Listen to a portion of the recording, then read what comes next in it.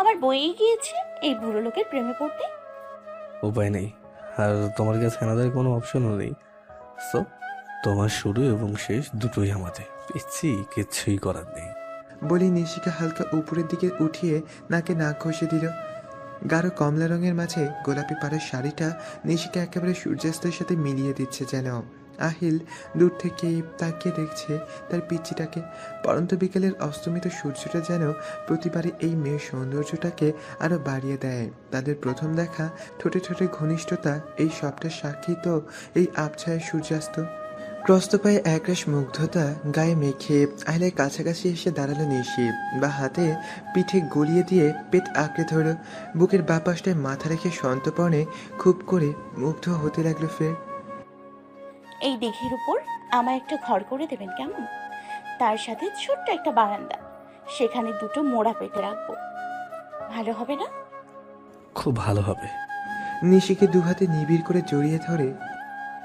আর শুনুন না, ঘরের কোণে একটা মাটির চুলাও রাখবেন, তাতে আমি আপনার আর আমার জন্য চা করব। তারপর বারান্দার মোড়ায় দুজনাতে মিলেমিশে মশগুল হব।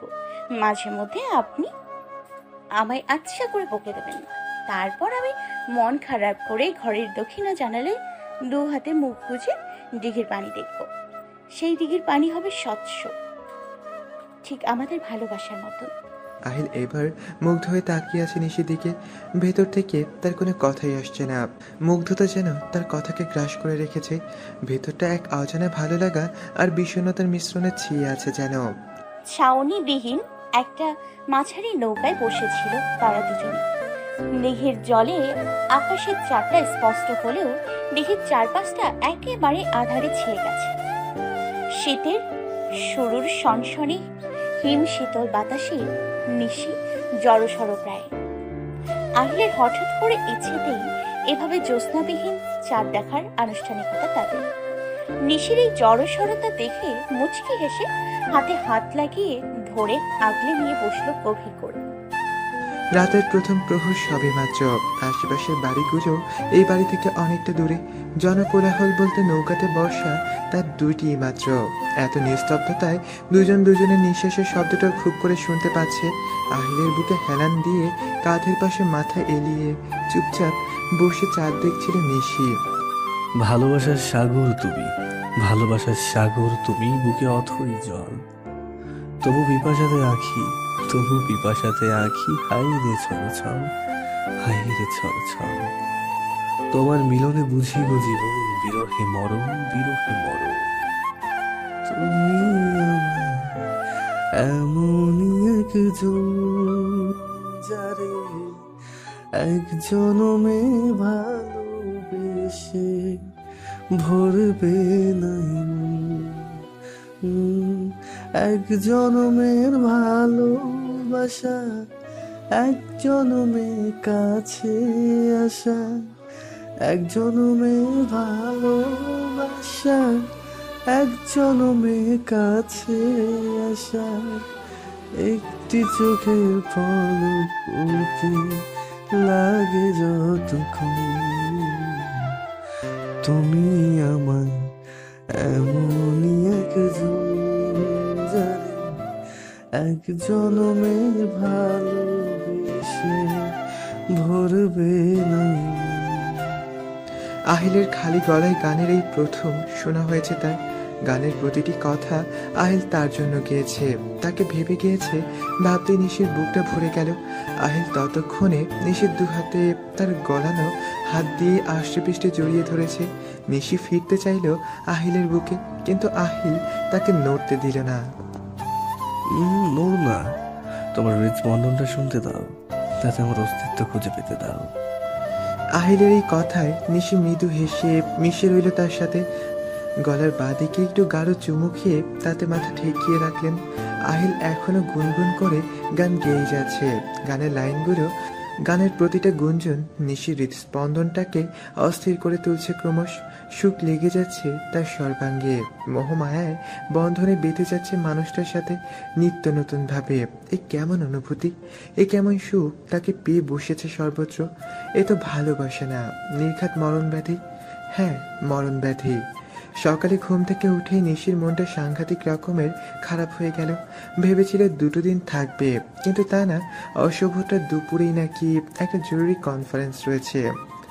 2 দিন এখানে থেকে যাই না। 2 দিন থেকে তো ফেরত যেতেই হবে তো নাকি?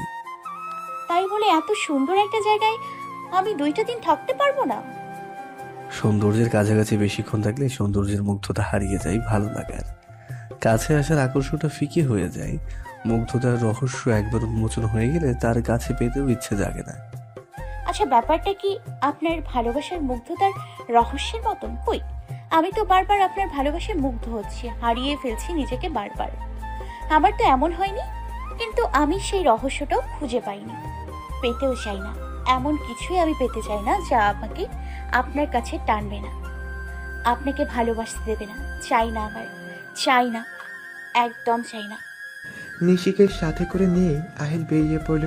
সকাল সকাল ফোন দিয়ে ড্রাইভার আনিয়ে রেখেছিল, যেন সে অফিসে নেমে নিশিকে ড্রাইভার দিয়ে বাসায় পৌঁছে দিতে পারে। কিন্তু বিধি বাম, অফিসের থেকে বেশ কিছুটা কাছে এসে গাড়ির টায়ার পাংচার হয়ে গেল। অগত্যা নিশিকে নিয়ে আহিল রিক্সা করে অফিসে চলে গেল। গাড়ি ঠিক করে ড্রাইভার অফিস থেকে নিশিকে বাড়ি নিয়ে যাবে। অফিসে সবার উপস্থিতিতে এই প্রথম নিশির আসা। অফিসে ঢুকে আহিল ছোট্ট পরিসরে ওকে সবার সাথে পরিচয় করিয়ে দিল। হাতে সময় নেই বিধায় নিশিকে নিজের কেবিনে বসিয়ে নিজে চলে গেল কনফারেন্স রুমে। অফিসে মোটামুটি সবাই নিজে থেকেই আগ্রহ নিয়ে কথা বলছে।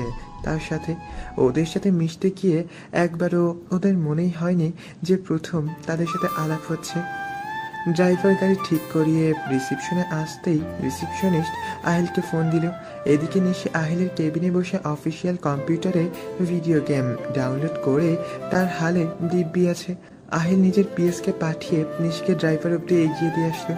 গতকাল রাত থেকেই আরফি মন খারাপ করে আছে। বেশ কিছুদিন ধরেই শিমুল বেগমকে বলেছিলেন দাদা ভাইয়ের বাগান বাড়িতে যাওয়ার জন্য। যখন থেকে শুনেছে গতকাল আহিল নিশি গিয়েছে, তখন থেকেই মুখ ভার করে বসে আছে। এই ব্যাপারে নিশি আহিলের সাথে কথা বলা বা রেগে থাকাটা বড্ড বেমানান সত্ত্বেও একটা চাপা রাগ কাজ করছে তার ভিতরে।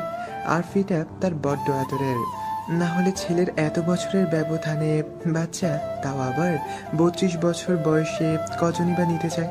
একটা মেয়ের আশা থেকেই আরফি সারাদিন মেয়েকে নিয়ে থাকে সে। এভাবে রাগ করাতে শিমুল বেগমের মোটেও ভালো লাগছে না। নিশি বাড়ির বউ হওয়া সত্ত্বেও সে সবকিছুতেই তাকে আগলে রেখেছেন, কখনো পর করে দেখেনি। এসপার ওসপার নানা কিছুই বিড়বিড় করতে করতে শিমুল বেগমের জ্ঞান হলো সে কি বলে যাচ্ছে। রাগ তার উপরে ক্রমশ চাউর হচ্ছে, যেটা মোটেও ভালো লক্ষণ না। রাগ একবার মাথায় চড়লে নানান বেফাস কথাবার্তায় অন্যকে আঘাত করা যায়। তিনি চুপচাপ কিছুক্ষণ নিজেকে নিয়ন্ত্রণ করে জোরে জোরে মনোসংযোগের মতন 3টে নিঃশ্বাস ছাড়লেন।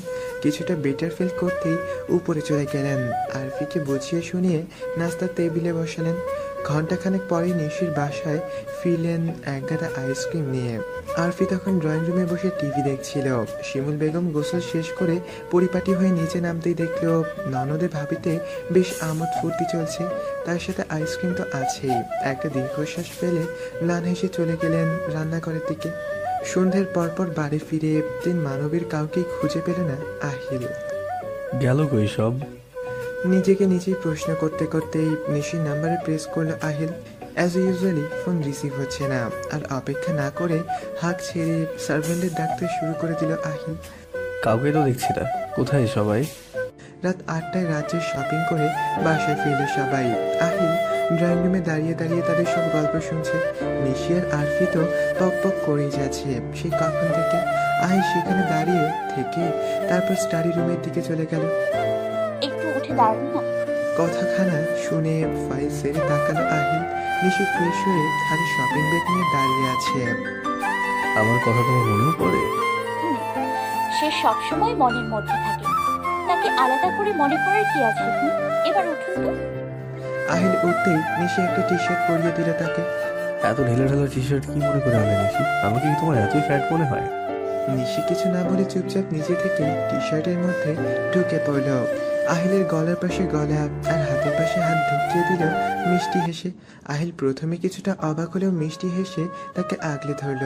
তারপর আহিলের পায়ে পা দিয়ে নিজেদের রুমে চলে এলো আস্তে ধীরে। রুমের ড্রেসিং টেবিলের আয়নায় দুজন দুজনকে দেখে হেসে উঠল। এতটা কাছাকাছি, এতটা সামনাসামনি, বিচিত্র এক ভালোবাসার অনুভূতি। সত্যিই বিচিত্র। এক্সামের 3 মাসের ব্রেকটা নিশি একদম জম্পেশ কাটালো।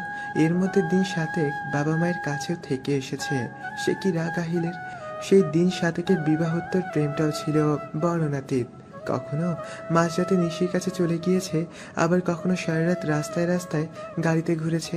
নতুন সেমিস্টারের ক্লাস চলছে পুরোদমে, তার সাথে নিজের পড়াশোনা, আরফিকে পড়ানো, আর আহিল তাকে আজকাল মেনটেন করে চলা খুব মুশকিল। একটুও এদিক ওদিক চলা তার পছন্দ না। তার সাথে সাথে সংসারটাও একটু আধটু করতে হয়। যতই হোক তার বিয়ে হয়েছে এখন। ক্লাস শুরু হওয়ার মাস 2 পরেই আহিল হুট করে নিশিকে নিয়ে ভিজা অফিসে উদয় হলো। এই লোক কখন কি করে জানা মুশকিল একেবারে। সেখানে গিয়ে জানা গেল তারা সিঙ্গাপুরের ভিসা কনফার্মের জন্য এসেছে। সব ফর্মালিটি করার পর তাদের ভিসা কনফার্ম হয়ে গেল। আমরা সিঙ্গাপুর যাচ্ছি কেন? দেশের বাইরে মানুষ যায় কেন? আমি দেশের বাইরে ঘোরার আগে নিজের দেশটাকে ভালো করে দেখতে চাই। নিশ্চয়ই এইবার না হয় বাইরে থেকে ঘুরে এলাম, তারপর আমরা দেশের। আপনি আমায় নিয়ে যাবেন না, আমি জানি। কিছুদিন আগে কলেজ থেকে ট্যুরেও যেতে দেননি। আমি কেন যেতে দিইনি তুমি ভালো করেই জানো। বান্দরবনের ট্রাভেলিং, তার উপর এত মানুষের সাথে, আর তাছাড়া ম্যানেজমেন্ট কেমন হবে সেটাও তো কোয়েশ্চেন মার্ক। জবাবে নিশু কিছুই বলল না। মাঝে মধ্যে এমন হয়, তার কিছু বলতে ইচ্ছা করে না, কিছু শুনতেও ভালো লাগে না। এমনকি তার পাশে বসা মানুষটা, যাকে সে নিজের জীবনে পাওয়া সবচেয়ে মূল্যবান উপহার পাবে, তাকেও অসহ্যকর লাগে। মনে হয় সবকিছু গলার কাটার মতন বিধে আছে তার। না গেলে শান্তি পাচ্ছে না উগরে। আহিল একটানা ছুটির জন্য তার কাজ প্রায় সবটাই গুছিয়ে নিচ্ছে। বর্তমানে প্রজেক্টের প্রোডাক্ট শিপিং হলেই সে তার কাজের ইস্তফা দিবে সাময়িকভাবে। মূলত এর জন্য একটা খাটুনি করতে হচ্ছে তাকে। এদিকে নিশিয়ে নিজের মতো করে ব্যস্ত।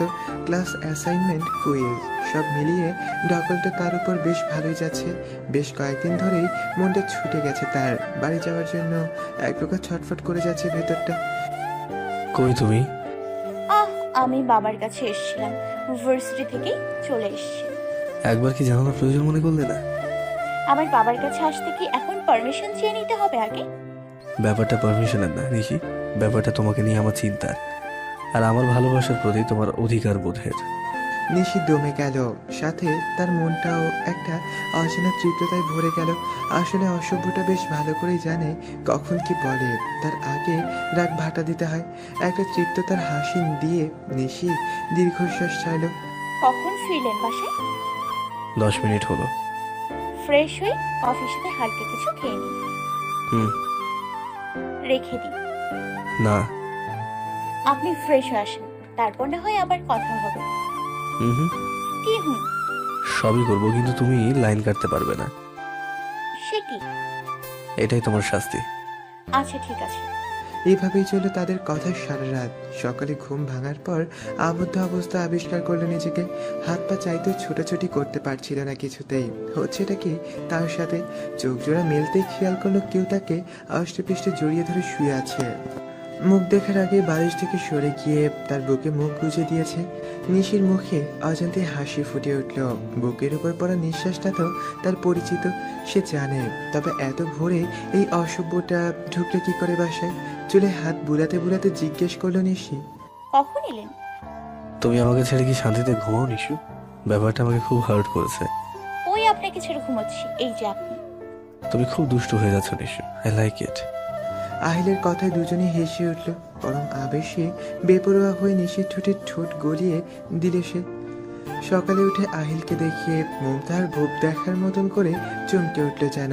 কিন্তু পরক্ষণেই মেয়ের প্রতি জামাইয়ের এমন টান দেখে অভিভূত হলো বেশ। কখন এসেছ জিজ্ঞেস করতে গিয়েও জিজ্ঞেস করল না সে, এতে করে দুজনেই লজ্জায় পড়তে পারে ভেবে। তবে রানী আহিলকে দেখে মহা বিরক্ত। ভোর রাতে ল্যান্ডলাইনে ফোন করে তার ঘুমের দফারফা করে দিয়েছে সে। আহিল জেনে শুনে এই কাজটা করেছে নিশিকে সারপ্রাইজ করতে গিয়েই, এই ভাবনা আর কি।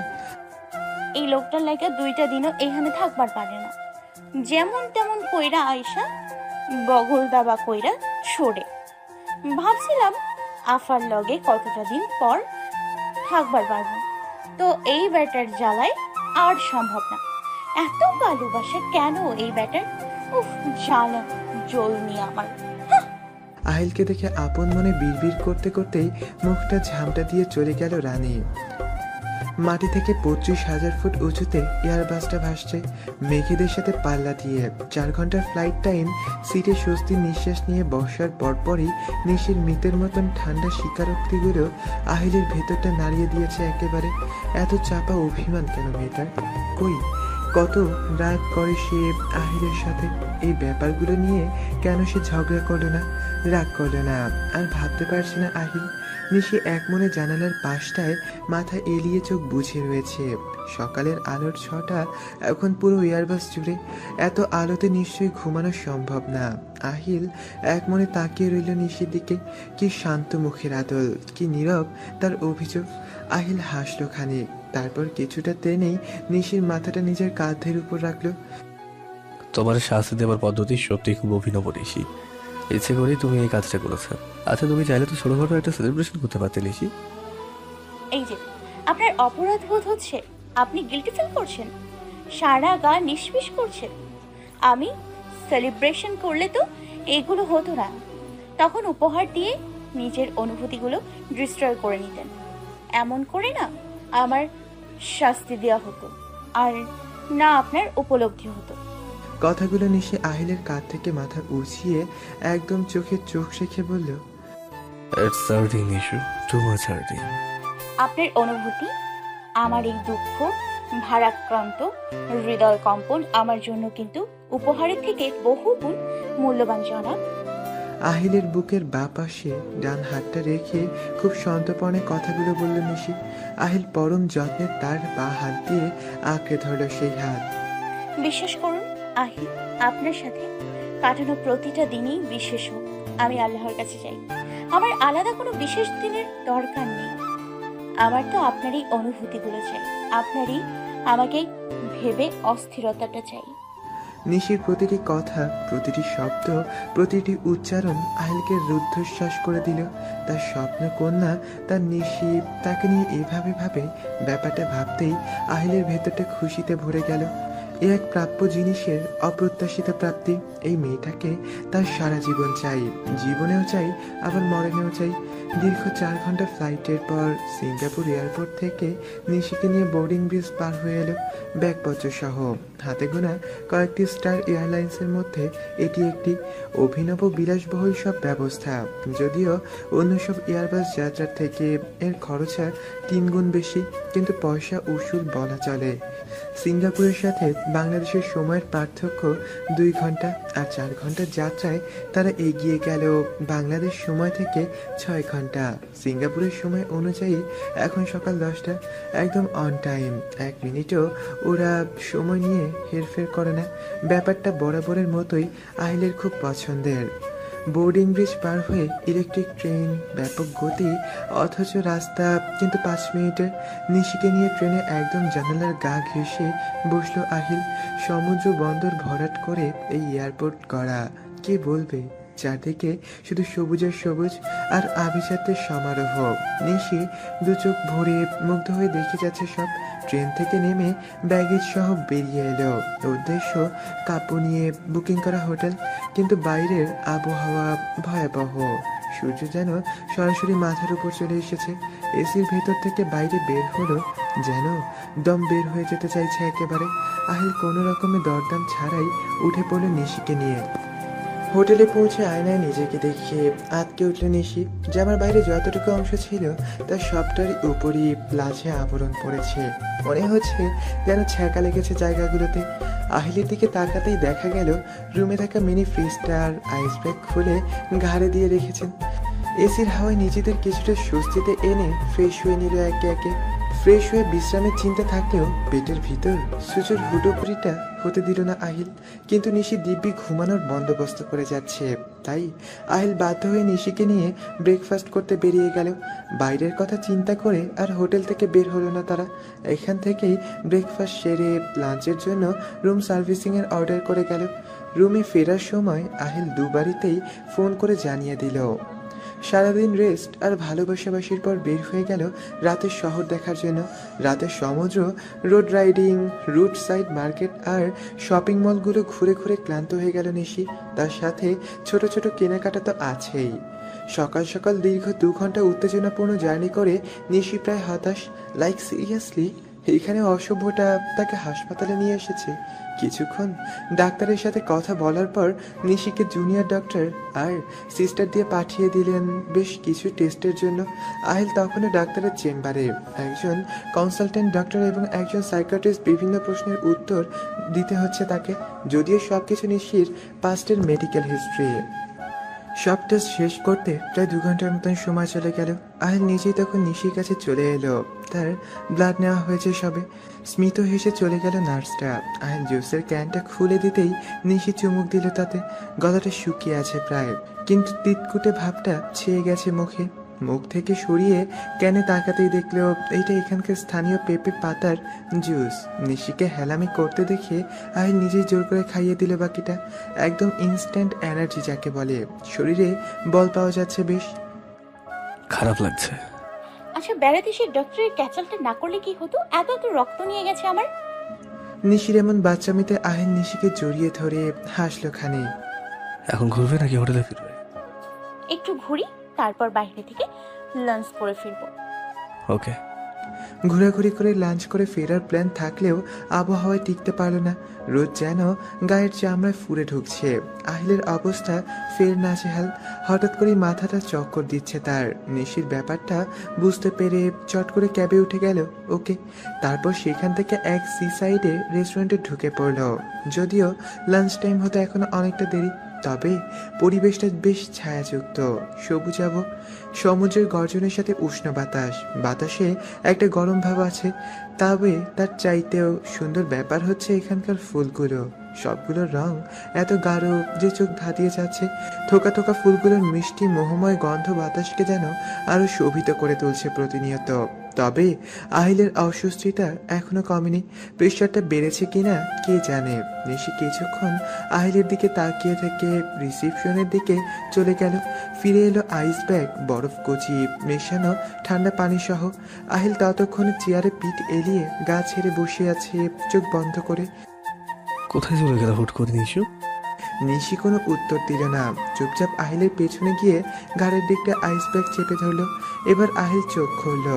সোজা হয়ে আইস ব্যাগটা হাতে নিতেই নিশি ঠান্ডা পানির আহিলের মুখের সামনে ধরলো।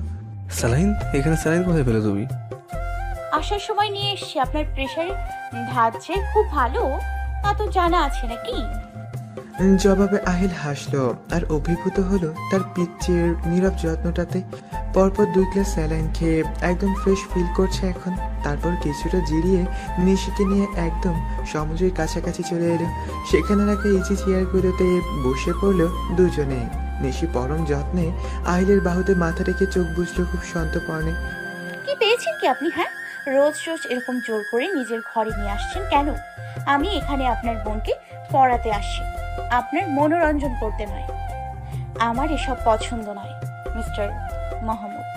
নিশির কথায় রাগের মাত্রা বেড়ে গেলেও আহিলের সামনে নিল নিজেকে। You don't have any other option miss Nishita Islam. আমি বাকিদের মতো সময় নষ্ট করে অনুমতির অপেক্ষা করতে পারবো না, কারণ সেই সময়টুকু আমার নেই। তুমি আমার দুর্বলতা, এবং সেই দুর্বলতা কাটানোর জন্য কোনো পথ আমার জানা নেই Nishi. I need you and I want you to be mine. I don't need your love, don't, and you don't have to love me. My love is enough for us. I need you and I need you forever এভার। নিশি কোনো কথাই আর বলল না সেদিন। চুপচাপ ঘর থেকে বেরিয়ে আর ফিকে খুব স্বাভাবিকভাবে পড়াশোনা শেষ করে বের হয়ে এলো বাড়ি থেকে। আহিল তখন ছাদে দাঁড়িয়ে নিশির চলে যাওয়া দেখছিল। সকালে বের হয়ে সন্ধ্যায় বাসায় ফিরছো, এটা বাড়ি কোনো মুসলিশ না যে তুমি যখন খুশি তখন বাড়ি ফিরবে, বাড়ি থেকে বের হয়ে যাবে।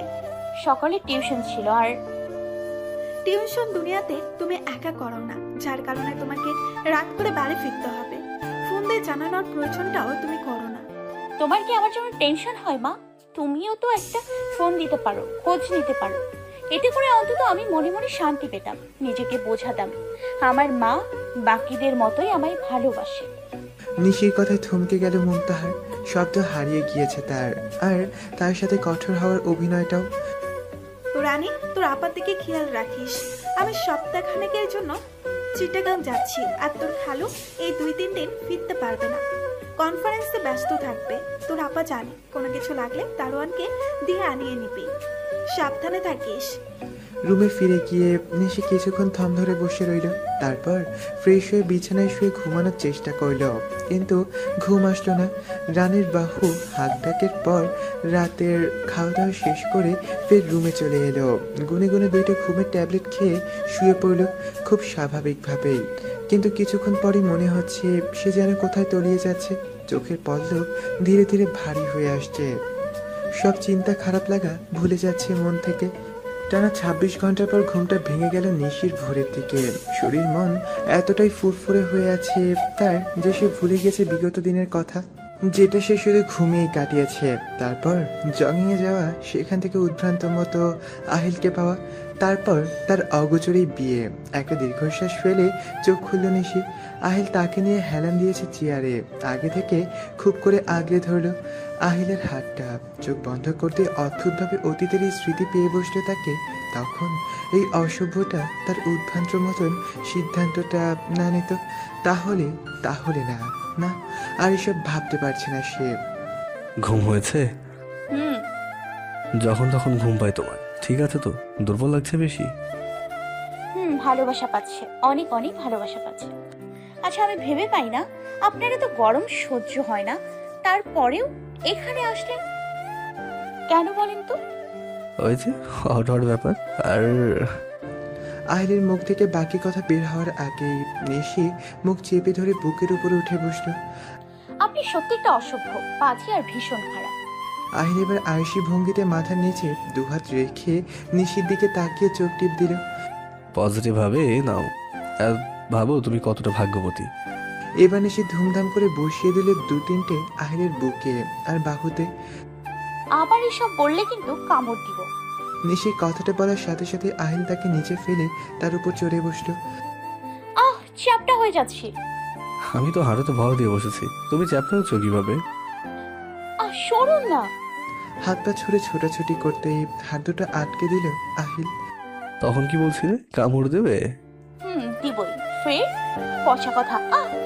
নিশির কথা শেষ হওয়ার আগেই আহিল তার বুকের ভাঁজে কামড় বসিয়ে দিল খুব জোরে। তারপর গালের বাদিকটায় রেগে গিয়ে নিশি যখন আহিলকে কামড়াতে যায়, তখন আহিল নিশিকে ভালো করে ঝাপটে ধরে তার ঠোঁটে ঠোঁট ডুবিয়ে দেয়। ডুব দেয় অজানা একটা ভালোবাসার অধ্যায়ে। ঠিক ভোরের দিকে হঠাৎ করে আহিলের ঘাম দিয়ে ঘুম ছুটে যায়। ধরফড়িয়ে উঠে বসে ঝিম ধরে থাকে কিছুক্ষণ। বেড সাইড টেবিল থেকে 1 গ্লাস পানি নিয়ে ঢকঢক করে গিলে ফেলল। ঘামে খুব অস্বস্তি হচ্ছিল, বিধায় বিছানা ছেড়ে ওয়াশরুমে ঢুকে ঝর্ণার নিচে দাঁড়িয়ে রইল কিছুক্ষণ চুপচাপ। তারপর কিছু একটা ভেবে গায়ে তাওয়াল জড়িয়ে বাথটবের কল ছেড়ে দিয়ে রুমে ঢুকে পড়ল। প্রস্ত পায়ে নিশির দিকে তাকাতেই দেখা গেল চাদরটা কোনো রকম নিজেকে লেপটে নিয়ে চুলের মাখো মাখো হয়ে বেঘুমে ঘুমাচ্ছে সে। আহিল আশেপাশে হাঁটু গেড়ে বসে খুব যত্ন সহকারে চুলগুলো রিবনে আটকে দিল একটা একটা করে। তারপর চাদর সহ নিশিকে কোলে তুলে বাথটবে বসে পড়লো খুব সাবধানে। এদিকে নিশি আহিলকে আরো গভীরভাবে জড়িয়ে ধরে বুকে মুখ ডুবিয়ে রইল।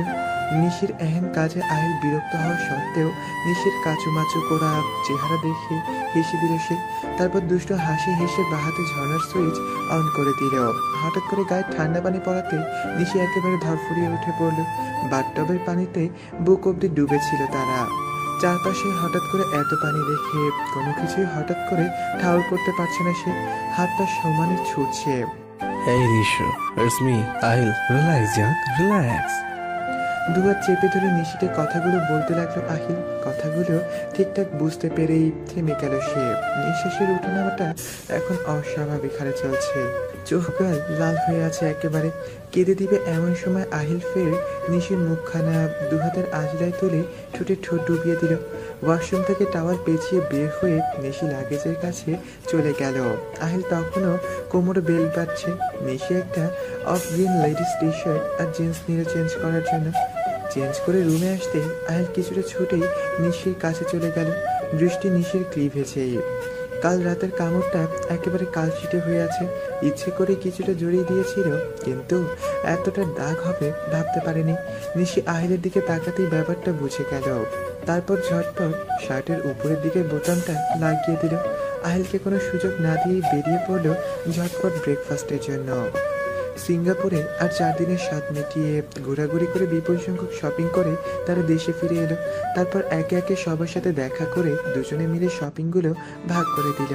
ফেরার পর আহিল 2 দিনের রেস্ট নিয়ে ফের পুরোদমে কাজে ঢুকে পড়ল। আর নিশ্চয় তার ইউনিভার্সিটি নিয়ে ব্যস্ত হয়ে গেল। এতদিনের গ্যাপ ফিল আপ করতে বেশ হিমশিম খেতে হয়েছে তাকে, কিন্তু কিছুই করার নেই। শত হিমশিম খেলেও করে যেতে হবে। নিশির ব্যাপারটা বুঝতে পেরে আহিল প্রফেসরদের কাছ থেকে আলাদা করে শিডিউল ম্যানেজ করলো নিশির গ্যাপগুলো রিকভারির জন্য। সময় চলল তার আপন গতিতে। দেখতে দেখতে 3টে বছর কেটে গেল জীবনের খাতা থেকে। আহিলের এখন অফিসের 80% দায়িত্ব নিজের থেকেই সামলায়। দেশের ব্যবসায়ের পরিধি বাড়ানোর সাথে সাথে দেশের বাইরে বেশ কয়েক দেশে ওর আওতায় বাড়িয়েছে সে। এশিয়ার নবীন তরুণ সফল উদ্যোক্তাদের মধ্যে আহিল নামটা নিঃসন্দেহে একটা। চারপাশে এত সফলতার ব্যস্ততা একেবারে সামঞ্জস্যম। শত ব্যস্ততার মাঝে দুজনের সর্বক্ষণ দুজনের মনের ধরে বাধা। 1000 মাইল দূরে থেকেও আহিল নিশিকে বুকে ধমকে একাকার করে মেডিসিনের হেলা ফেলার জন্য, ঠিকঠাক না খাবারের জন্য। আর নিশি, সে তো পুরো দস্তুর সংসারে এখন। প্রতিবেলায় ফোন করে আহিলের খাবারের খোঁজ নেবে, মেডিসিনের খোঁজ নেবে, বাসায় কখন ফিরেছে জিজ্ঞেস করবে। রাত জেগে কোনোভাবেই ল্যাপটপ নিয়ে বসে থাকতে দেবে না। কখনো ঘুম ভেঙে চুপটি করে আহিলের পিঠে মাথা রেখে আগলে ধরে তাকে। সেদিন দুপুরে হঠাৎ করে আহিলের সুগার ফল করার সাথে সাথেই প্রেশার ফল করেছিল। খেতে যাবার জন্য সবেমাত্র নিশি ডাকতে এসেছিল। চেয়ারে হাত পা ছড়িয়ে দিয়ে কোনো মতে মাথাটা কাত করে রেখেছে, কথা বলতে পারছে না। নিশি এত কিছু জিজ্ঞেস করেছে, অথচ শত চেষ্টা করে আহিলের মুখ থেকে কোনো শব্দ বের করতে পারছে না। শেষে নিশি চিৎকার চেঁচামেচিতে সবাই এসে আহিলকে নিয়ে হসপিটালে রওনা দিল। সেদিনের কথা নিশি আজও ভুলতে পারে না। হঠাৎ করেই আহিল ফোন না ধরলে, এমনকি সাধারণ কোনো অসুস্থতায় নিশি ঘাবড়ে যায়। আবার যদি কিছু একটা হয়, খুব চিন্তা হয় সর্বক্ষণ। সেদিনের পর থেকে আহিলের খাবারে যুক্ত হয়েছে সুগার আর প্রেশারের মেডিসিন, আর তার সাথে নিশির হুম্বিতম্বি তো আছেই।